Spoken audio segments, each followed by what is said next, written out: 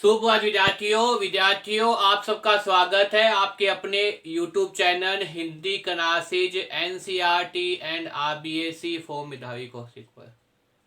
जैसा कि विद्यार्थियों आज कक्षा 10 कोर्स बी और सपस के अंदर क्या है भाई, गद्य खंड। और गद्य खंड के अंदर सबसे पहला पाठ कौन सा है, बड़े भाई साहब। देखिए विद्यार्थियों, जो बड़े भाई साहब पाठ है उसको लिखने वाले कौन है, उसको लिखने वाले विद्यार्थियों प्रेमचंद। इससे पहले जो मैंने पहली वीडियो तैयार की थी कोर्स बी के अंदर, उसमें बताया था विद्यार्थियों कि वास्तव में कौन सा सिलेबस है, कौन से पाठ आपके सिलेबस लगे हुए हैं जिनको आपने अध्ययन करना है, जिससे जो है पेपर में नंबर ना कटे। जैसा क्या वो पता है विद्यार्थियों, मेरा नाम मेधावी कौशिक और मांगड़ टाउन का रहने वाला विद्यार्थियों। ये मेरा कॉन्टैक्ट नंबर है, आप में से कोई भी कुछ पूछना चाहे उससे पूछ सकते हैं। इसके साथ ही विद्यार्थियों, अगर आपको प्रश्नोत्तर दी चाहिए या कुछ भी कोई डाउट है तो अगर आप लोग चाहेंगे तो मैं आपका एक व्हाट्सएप ग्रुप बना दूंगा। जितने विद्यार्थी मुझे देख रहे हैं, 10th का एक अलग से व्हाट्सएप ग्रुप, 9th का एक अलग से व्हाट्सएप ग्रुप, ताकि उसमें जो है वो अपने विचार विमर्श कर सकते हैं। जिसमें कोई ये पिक्चर वगैरह भेजनी है, कुछ भी पूछना है, तो अगर आप लोग चाहते हैं कि आपका इस प्रकार से एक व्हाट्सएप ग्रुप बना दिया जाए 10th कोर्स बी का, 9th कोर्स बी का, इस प्रकार से, तो आप मुझे इन नंबरों पर मैसेज कर देना। जो बच्चे मुझे मैसेज करेंगे उनको मैं उस ग्रुप में ऐड करता रहूँगा। और विद्यार्थियों, अगर मेरे द्वारा बनाई वीडियो को पसंद आए तो इसे ज़्यादा ज़्यादा लाइक करना है, शेयर करना है, कमेंट करना है विद्यार्थियों, और खूब मन लगा कर पढ़ना है, जिससे पेपर में गलत न हो। तो देखिए विद्यार्थियों, आज हम शुरुआत कर रहे हैं कोर्स बी सपस गद्य खंडय, और पाठ नंबर 1 कौन सा है, बड़े भाई साहब। बड़े भाई साहब लिखने वाले कौन है विद्यार्थियों, वो आपके सामने है प्रेमचंद। कौन है विद्यार्थियों, प्रेमचंद। कौन है विद्यार्थियों, प्रेमचंद।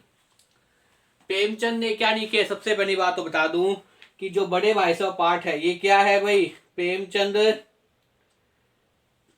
की कहानी है। क्या है विद्यार्थियों, प्रेमचंद के द्वारा लिखी गई एक कहानी है।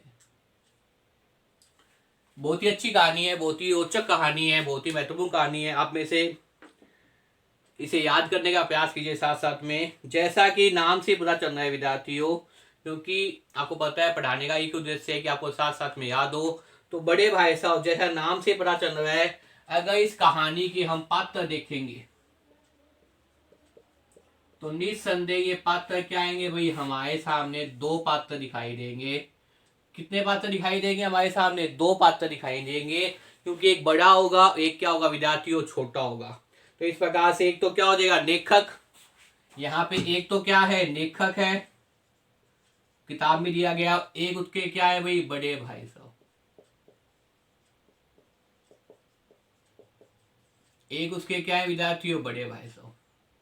देखिए विद्यार्थियों, दो चीज मैंने आपको बताई। सबसे पहले तो ये क्या है, बड़े भाई साहब एक कहानी है। सबसे पहले तो क्या है विद्यार्थियों, बड़े भाई साहब एक कहानी है, जो लिखी किसने है, जो आपके सामने प्रेमचंद ने लिखी है। किसने लिखी है विद्यार्थियों, याद कर लीजिए, जो किसने लिखी है, प्रेमचंद ने लिखी है। इस कहानी में दो मुख्य पात्र हैं। कौन कौन से दो मुख्य पात्र हैं, एक तो लेखक है और दूसरा कौन है, उसके बड़े भाई साहब। एक तो लेखक है और दूसरा कौन है, उसके बड़े भाई साहब। और बताया गया है कि इन दोनों के बीच में प्रेमचंद ने बड़े भाई साहब से 5 साल छोटे, तो इन दोनों के बीच में अंतर कितना बताया गया विद्यार्थियों। अगर अंतर की बात की जाए तो दोनों भाइयों के बीच में अंतर कितना है विद्यार्थियों, दोनों भाइयों के बीच में कितने साल का अंतर है विद्यार्थियों, 5 साल का अंतर है। अंतर कितने साल का है, 5 साल का। याद कर लीजिए विद्यार्थियों, प्रेमचंद के दुकानी की कहानी कौन सी है, बड़े भाई साहब। बड़े भाई साहब कहानी में कितने पात्र है, दो पात्र है। एक तो क्या है, बड़े भाई साहब, एक लेखक। लेखक यहाँ पे कौन है, निस्संदेह लेखक है। तो लेखक की जगह मैं क्या लिख सकता हूँ, मैंने बताया आपको। लेखक कौन है, प्रेमचंद। कौन है विद्यार्थियों, प्रेमचंद में बताया है। तो लेखक और बड़े भाई साहब के बीच में अंतर कितना है विद्यार्थियों, 5 साल का। कितना अंतर है विद्यार्थियों, 5 साल का। अब देखिए कहानी में बताया गया है कि जो छोटा भाई है, जो लेखक है, जो प्रेमचंद है, जो छोटा भाई है, जो लेखक है, जो प्रेमचंद है, वो क्या करता है, मौज मस्ती करता है, लेकिन पढ़ने में क्या है, तेज है। बड़ा भाई क्या करता है, मेहनत करता है, खूब मेहनत करता है, लेकिन पढ़ने में क्या है, थोड़ा कमजोर है। ये पढ़ने में क्या है विद्यार्थियों, तेज है। पढ़ने में तेज का मतलब ये कि एक ही बार पढ़ने में याद हो जाता है, इन्हें बार बार पढ़ने में क्या है, याद नहीं होता। कमजोर किसमें है विद्यार्थियों, पढ़ाई में कमजोर है। कमजोर किसमें विद्यार्थियों, पढ़ाई में कमजोर है। तो कहानी में बताया गया है कि छोटा भाई क्या करता है, छोटा भाई जो है वो पतंगबाजी, खेल कूद इत्यादि का शौक रखता है, पढ़ाई पर कम ध्यान देता है। क्या देता है छोटा भाई, खेल कूद पतंगबाजी का शौक रखता है, पढ़ाई पर ध्यान कम देता है, मैदान की सुखद हरियाली और ठंडी हवा के झोंकों के बीच बैठकर आकर्षक टाइम टेबल की उपेक्षा करता है। बड़े भाई साहब के प्रति सम्मान का भाव और मन में उससे डर की भावना है, बड़े भाई से डरता भी है, उनके सम्मान के प्रति भाव भी है, और बड़े भाई साहब की नजर बचाकर खेल कूद और पतंगबाजी का शौक पूरा करना चाहता है। कौन सा शौक पूरा करना चाहता है, खेल कूद और पतंगबाजी का। कौन सा शौक पूरा करना चाहता है, एक तो रहता है खेल कूद, और दूसरा कौन सा विद्यार्थियों, पतंगबाजी का शौक पूरा करना चाहता है। कौन करना चाहता है विद्यार्थियों, छोटा भाई।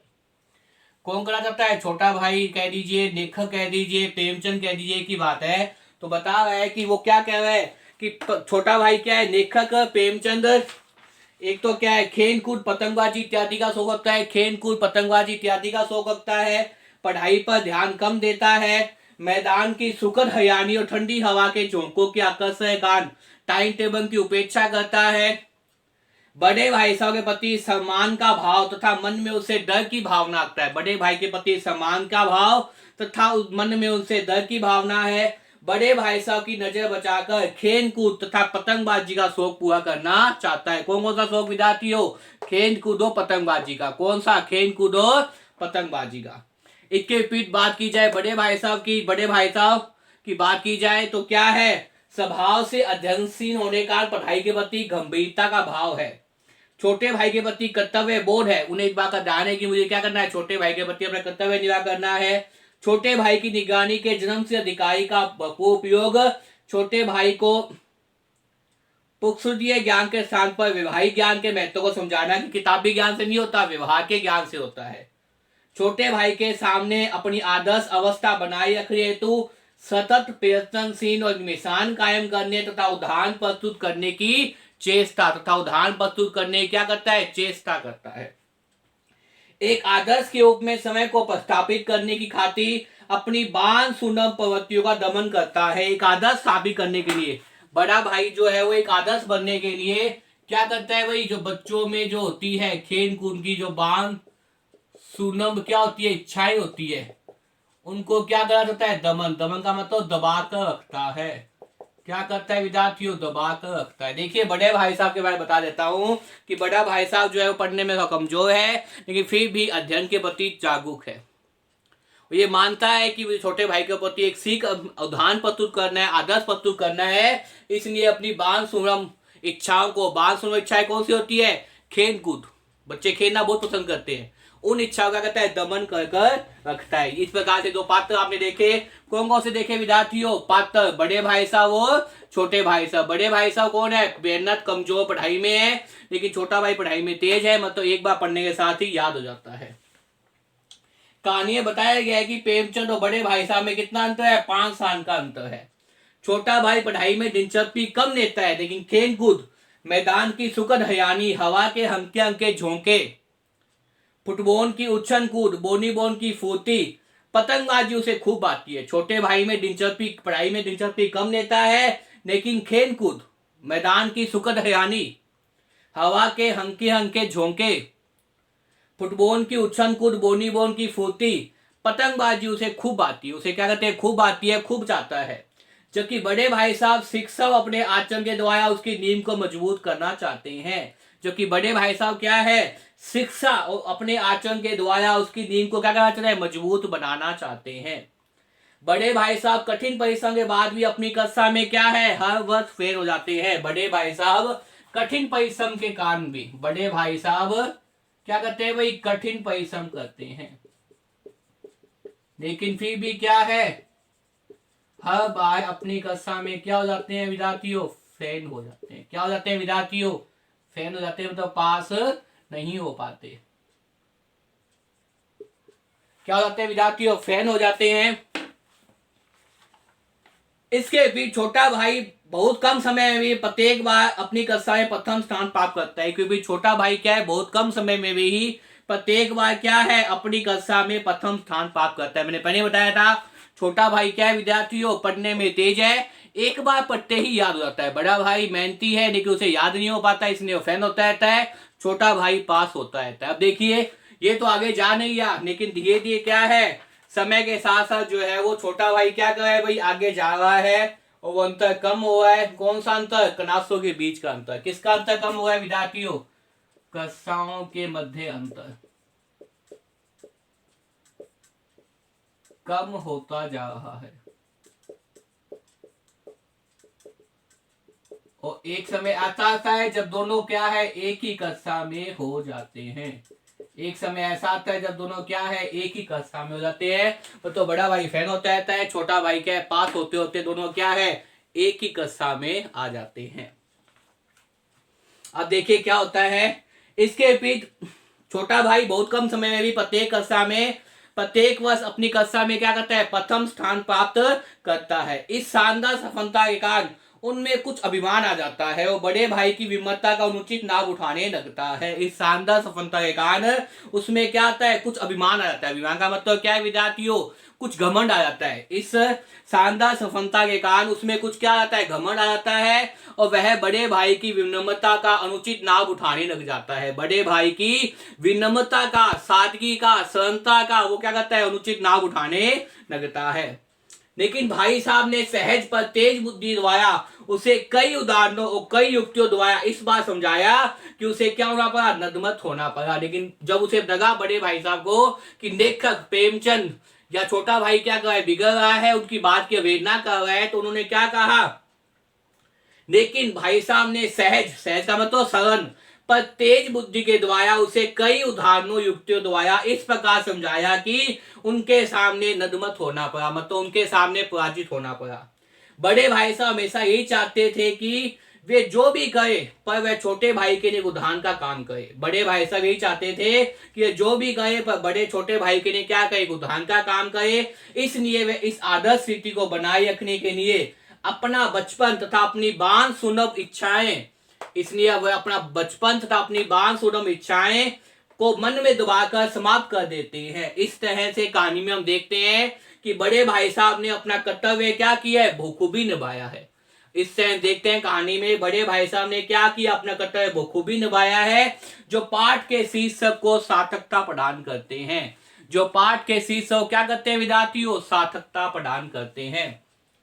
कठिन परिश्रम करते हैं लेकिन पढ़ाई में कुछ समझ में कहीं आने के कारण बड़ा भाई क्या फैन होता रहता है। एक दिन छोटा भाई और बड़े भाई पास पास नाश में आने वाले हो जाते हैं और छोटा भाई लेखक प्रेमचंद जब बड़े भाई की अवहेलना करना शुरू कर देता है, तब बड़ा भाई प्रेमचंद के बड़े भाई साहब है वो ऐसे ऐसे उदाहरण देते हैं, ऐसे ऐसे वक्तव्य प्रस्तुत करते हैं कि पाठ में बताया गया है कि छोटा भाई क्या होता है, नदमत हो जाता है।